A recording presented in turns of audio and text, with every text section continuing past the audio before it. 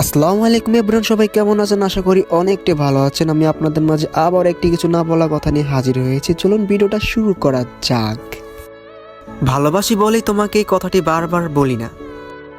আমি আমার হৃদয় সবটুকু ভালোবাসা তোমায় দিয়েছি।